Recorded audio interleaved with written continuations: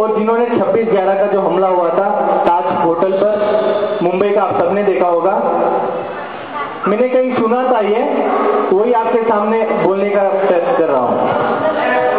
मैंने 3 दृश्य देखे एक न्यूज चैनल पर। पहला दृश्य देखा कि एक बच्चा गया था अपना जन्मदिन मनाने ताज होटल में, उसके पिता को गोली मार दी गई आतंकवादियों ने, तो अपनी नन्ही उंगलियों को खाली होकर के लौटा। दूसरा दृश्य देखा कि एक नौकरी लगी थी एक नौजवान आदमी को, पहला निवाला पहले दिन का जैसे ही खा रहा था, गोली और निवाला एक साथ उसके कलेजे में उतरे। और तीसरा दृश्य देखा कि एक नया नवेला जोड़ा अपने शादी के 10वें दिन अपनी खुशियां इजहार करने गया था, मेहंदी हरी थी, चूड़ियां खनखना रही थी। उसके पति को जब गोली मार दी गई आतंकवादियों ने तो विधवा होकर के बाहर लौटी। ये 3 दृश्य याद रखना, ये कविता यात्रा करना चाहती है। क्या होती है जन्मदिन की बधाई, क्या होती है खुशी, नौकरी पाने का जश्न, उनसे ये कभी मत पूछना जो 26/11 को ताज में मनाने गए थे। सब कुछ खो दिया, बहुत कुछ पाने गए थे। सोचता हूँ क्या इतनी भी काली रात हो सकती है, शहनाई मातम का बोझ ऐसे ढो सकती है, दहशत क्या हवा में ऐसे घुल जाती है, घुटन क्या ऐसे महसूस की जाती है। हाँ, की जाती है। इस बार के जन्मदिन पर वो बच्चा रोने लगा, अपने आंसुओं से अपने पिता की तस्वीर धोने लगा, केक काट करके उन्हें खिलाने लगा, हैप्पी बर्थडे टू यू गाओ ना पापा यह कहकर खुद रो रो कर गाने लगा। ये दृश्य देखकर मैं समझ नहीं पाया कि बाप ने बेटे का जन्मदिन या बेटे ने बाप की बरसी को मनाया। एक नौकरी लगी थी एक नौजवान को, वो अपने पंखों में हवा पर बहुत खुश था। उसे नई नौकरी मिल गई थी, उसकी किस्मत बदल गई थी, लेकिन उसे क्या पता था कि ताज एक छलावा था, वहां खुशी का निवाला नहीं धधकता हुआ लावा था। वो बेचारा तो इस बात से भी बेखबर था कि उसके हाथ में कॉल लेटर नहीं काल का लेटर था।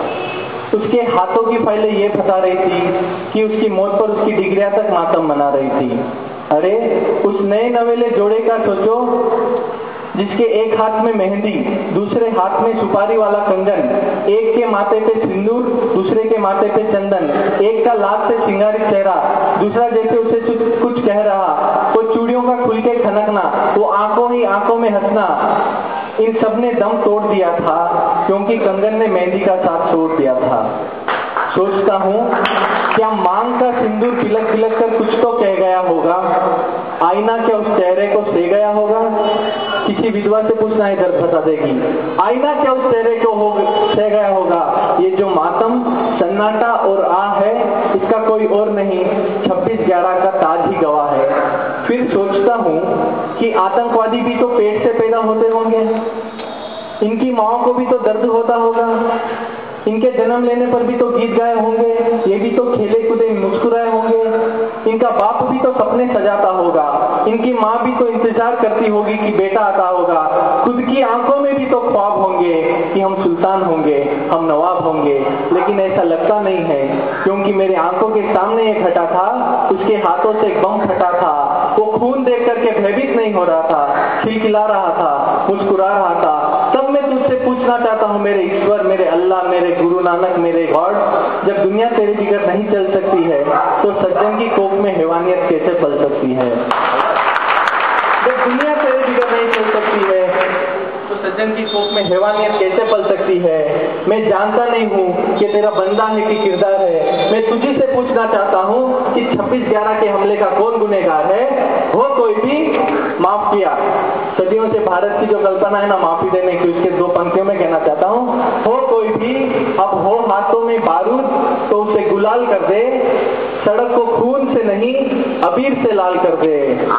हाथों की बंदूक पिचकारी भी तो हो सकती है, सरहद की लकीर फूलों की क्यारी भी तो हो सकती है। अब ये कंधे लाश ढोने से इनकार कर रहे हैं, इसलिए हम तुझसे मिन्नत विनती गुहार कर रहे हैं, ईद, बैसाखी, दिवाली दे दे, इस दुनिया को किसी ना किसी बहाने से खुशहाली दे दे, इस दुनिया को किसी ना किसी बहाने से खुशहाली।